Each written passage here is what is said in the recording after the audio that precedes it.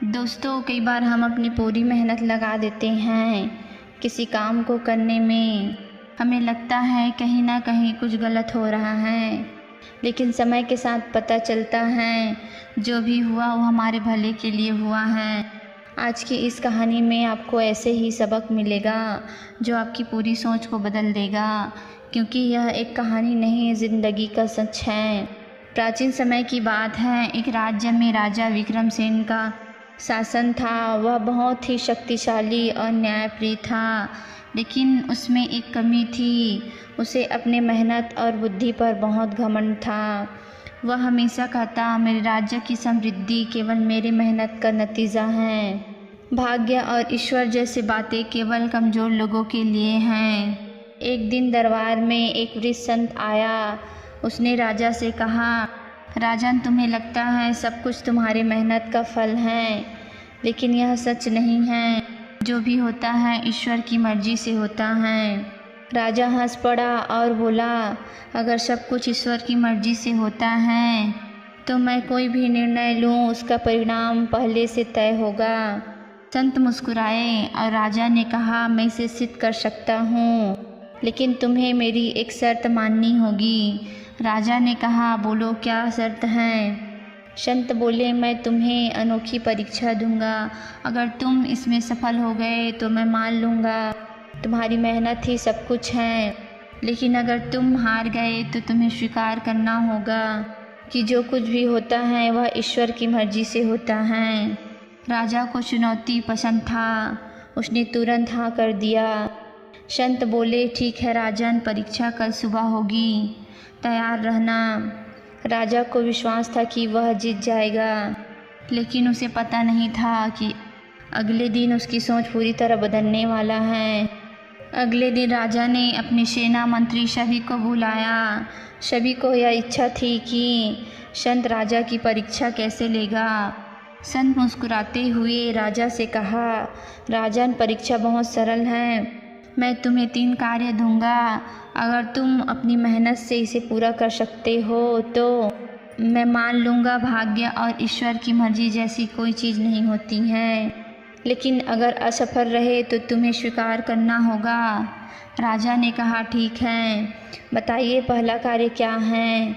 संत ने अपने झोली से एक छोटी सी पोटली निकाली और कहा, इस पोटली में एक मुट्ठी जितनी मिट्टी है।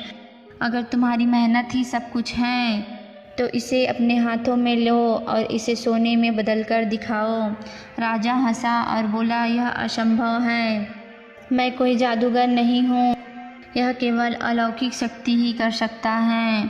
संत बोले, कुछ चीज़ें तुम्हारी मेहनत से नहीं बल्कि किसी और शक्ति की वजह से होता है। राजा चुप हो गया। उसने कहा, यह तो एक चाल थी। फिर कहा, अगला कार्य बताइए, मैं इसे ज़रूर पूरा करूँगा। संत राजा को अपने साथ नदी किनारे ले गए। वहीं एक गरीब नाविक अपनी टूटी नाव में बैठा था। संत ने कहा, राजन, इस नाविक से कहो यह अपनी नाव को अपनी मेहनत से और नदी पार करे। राजा ने आदेश दिया। नाविक ने बहुत कोशिश की, लेकिन जैसे ही नाव को उसने नदी में डाला, तेज लहरों ने उसे पलट दिया। नाविक नदी में गिर गया। राजा घबरा गया और उसे बचाने के लिए सैनिक को भेजा। संत मुस्कुराए और बोले, राजन, नाविक ने पूरी तरह मेहनत किया, उसका काम पूरा नहीं हुआ, क्योंकि ईश्वर की मर्जी कुछ और थी। राजा थोड़ा सहज हुआ, लेकिन फिर बोला, अभी तो एक कार्य बचा है, मैं हार नहीं मानूंगा। संत राजा को जंगल में ले गया और एक वृक्ष के पास रुक गए। उस पेड़ पर फल लगा था जो देखने में बहुत ही चमकदार था। राजा, अगर तुम ही सब कुछ हो तो इस फल को खाओ और अमर हो जाओ। राजा ने हंसते हुए यह कहा, कैसा मजाक है, अमृत तो सिर्फ देवताओं को प्राप्त है, ये फल खाने से कोई अमर नहीं हो सकता। संत बोले कि कुछ चीज़ें मेहनत से नहीं बल्कि ईश्वर की इच्छा से होता है। राजा चुप हो गया। शायद उसे समझ में आने लगा कि वह गलत था। संत ने कहा, राजन, तुमने पूरी मेहनत किया, लेकिन फिर भी इन कार्यों को पूरा नहीं कर पाए। क्योंकि कुछ चीज़ें इंसान के नियंत्रण में नहीं होता। जो भी होता है वह ईश्वर की मर्जी से होता है। राजा की नज़र में पहली बार अभिमान की जगह एक सवाल था, क्या सच में उसकी मेहनत ही सब कुछ नहीं था? राजा गहरे विचार में डूब गया। संत की परीक्षा ने उसे बेचैन कर दिया। वह अपनी पूरी कोशिश के बाद भी तीनों कार्य को पूरा नहीं कर पाया। पहली बार उसके मन में संदेह पैदा हुआ, क्या सच में मेहनत सब कुछ नहीं होता? क्या वाकई में ईश्वर की मर्जी के बिना कुछ संभव नहीं है? राजा अपने हार को स्वीकार करने को तैयार नहीं था। उसने संत की ओर देखा और कहा, ये मात्र संयोग था। इन तीनों कार्य में बाहरी बाधाएं थी, लेकिन मैं अभी भी मानता हूँ मेरी मेहनत ही सब कुछ है। संत मुस्कुराए और बोले, क्या तुम मेरी एक और परीक्षा के लिए तैयार हो? राजा ने कहा, हाँ। संत जंगल के अंदर जाकर राजा को एक लकड़हारे गरीब के पास ले गया। उसने दिखाया और कहा, इस लकड़हारा को देखो, ये रोज़ मेहनत करता है लेकिन फिर भी गरीब है। अगर मेहनत ही सब कुछ होता तो यह आज राजा होता। राजा ने तुरंत जवाब दिया और कहा, ये लकड़हारा। राजा ने कहा, यह लकड़हारा उतनी मेहनत नहीं करता जितनी मैंने की है। मेहनत और बुद्धि से मैं राजा बना हूँ। संत ने लकड़हारे से पूछा, बेटा तुम्हारा नाम क्या है? उसने कहा, गुरुजी मेरा नाम रघु है। संत ने कहा, अगर मैं तुम्हें एक मौका दूं कि तुम राजा बन सकते हो, क्या तुम इस अवसर को स्वीकार कर पाओगे? लकड़हारा ने कहा, गुरुजी मैं खुश हूँ। मेरे पास जो भी है वह सब मेरे लिए पर्याप्त हैं। अगर मैं राजा बनने के लिए पैदा होता तो मेरा जन्म एक राजघराने में होता। राजा सोच में पड़ गया, यह गरीब व्यक्ति अपने भाग्य से कैसे संतुष्ट हो सकता है? संत ने राजा से कहा, राजा तुम्हें एक भविष्यवाणी सुननी होगी। वह अंधविश्वास में विश्वास नहीं करता था, लेकिन संत की बात में कुछ ऐसा था जो उसे बेचैन कर रखा था। 1 सप्ताह के अंदर तुम्हारे राज्य में भारी संकट आने वाला है। अगर तुम सच में मानते हो तुम्हारी मेहनत ही सब कुछ है तो तुम इसे रोक के दिखाओ, लेकिन याद रखना यह संकट ईश्वर की मर्जी से आएगा। राजा के माथे पर पसीना आ गया।